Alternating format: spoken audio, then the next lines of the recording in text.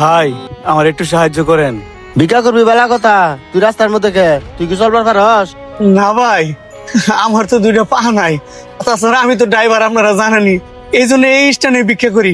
অন্য জায়গায় গেলে তো মানুষের নানান ধরনের কথা কয়, ভিক্ষা দিতে চায় না। ঠিক আছে, রাস্তার সাইডে যে ভিক্ষা কর, গাড়ি আইতেছে। ভাই 10টা টাকা দে। আমার কাছে তো এখন কোনো টাকা পয়সা নেই। ও ভাই, দুইটা পাও নাই, আমি রাস্তাঘাটে চলতে পারি না ভাই। যদি কয়টা টাকা দেন তাহলে বাড়িতে বউ বাচ্চা আছে, এক ঘন্টা 2 বেলা 2 মুঠো ভাত খাইতে পারবো। দেন না ভাই 10টা টাকা। বাইরে মন খারাপ করিস না, সত্যি আমার কাছে কোনো টাকা পয়সা নেই। ভাই 10টা টাকা দেন না। তোর কি ভিক্ষা দিমু? তুই যখন রোডে গাড়ি চালাইছস, তোর তো অহংকার ছোটে বাড়ির মধ্যে পাইবার নাই গা। তারপর মেরে দিবার যে দুটা পাওয়ার লাইছস, এখন ভিক্ষা করবার গিয়া না? ভাই তোমার দিকে তো ছাত্রই মনে হইতাছে, তুমি আমার এমন কথা বললা ভাই। এই আমরা ড্রাইভাররাই না তোমাদের মতো স্টুডেন্টদের সারা জীবন হাফ ভাড়া নিয়ে আসি, আর তুমি আজকে 2টা টাকা আমাকে সাহায্য করবা, তার জন্য তুমি আমাকে এতগুলা কথা শোনাইতেছো। শোনো ভাই, তোমরা আমাদেরকে হাফ ভাড়া দেয়া বড় বড় পদে চাকরি করো। উচিত কি জানো, যারা বড় বড় চাকরি করে প্রত্যেকটা চাকরিজীবী ওইসব ড্রাইভারদের পাশে দাঁড়ানো। হয়েছে হয়েছে, আমার আর জ্ঞান দিতে হবো না। পাপ করছ, কারণ পাপের শাস্তি ভোগ কর। কিরে রুবেল, তুই এখানে তুই ভিক্ষা করতেছিস কে? আমি ভিক্ষা করি কেন আপনি জানেন না? আপনার কারণে আমার 2টা পা হয়ে গেছে, আপনার কারণে আজকে আমার ফ্যামিলির রাস্তায় নেমে গেছে, আমার জীবনটা ধ্বংস হয়ে গেছে। আমার কারণে জীবন ধ্বংস হয়ে গেছে গা? আমি তো কিছু বুঝতেছি না, তুই বুঝাই কত।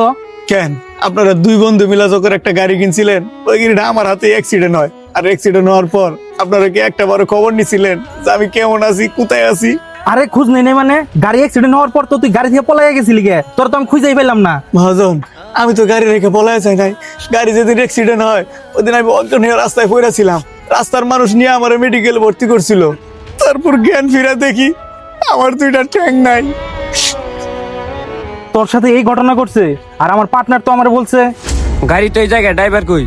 আরে ড্রাইভারের চিন্তা করতেছ, আমাদের গাড়ি যে মাইরে দিছে 8-10 লাখ টাকা লাগবে। ড্রাইভারের চিন্তা বাদ দিয়া টাকার ব্যবস্থা কর, গাড়ি ঠিক করতে হবো। আরে ভাই 8-10 লাখ টাকা দিয়ে নয় গাড়ি ঠিক করতে পারবি, কিন্তু ড্রাইভারের জীবন কি 8-10 লাখ টাকা দিয়ে ফিরিয়ে দিতে পারবি তুই? ড্রাইভারের ব্যবস্থা আমি করছি, তুই আগে টাকার ব্যবস্থা কর, গাড়ি ঠিক করতে হবো। চল।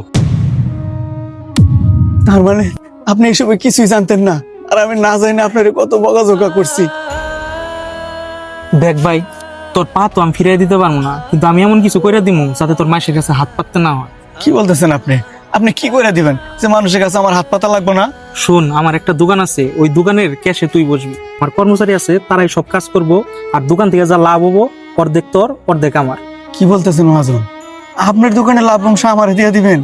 এই জোয়ার ভাই, একটু এদিকে আসেন তো। ভাই আপনার অসংখ্য ধন্যবাদ। আজ থেকে মনে হইতেছে আমার মানুষের কাছে হাত পাততে হইব না। জোয়ার ভাই, ওর একটু ধরে আমার দোকানে দিয়ে আসেন তো। এটাই হলো ড্রাইভারদের জীবন, যেখানে কোটি টাকার গাড়ির ইন্স্যুরেন্স থাকে কিন্তু ড্রাইভারের জীবনের কোনো গ্যারান্টি থাকে না।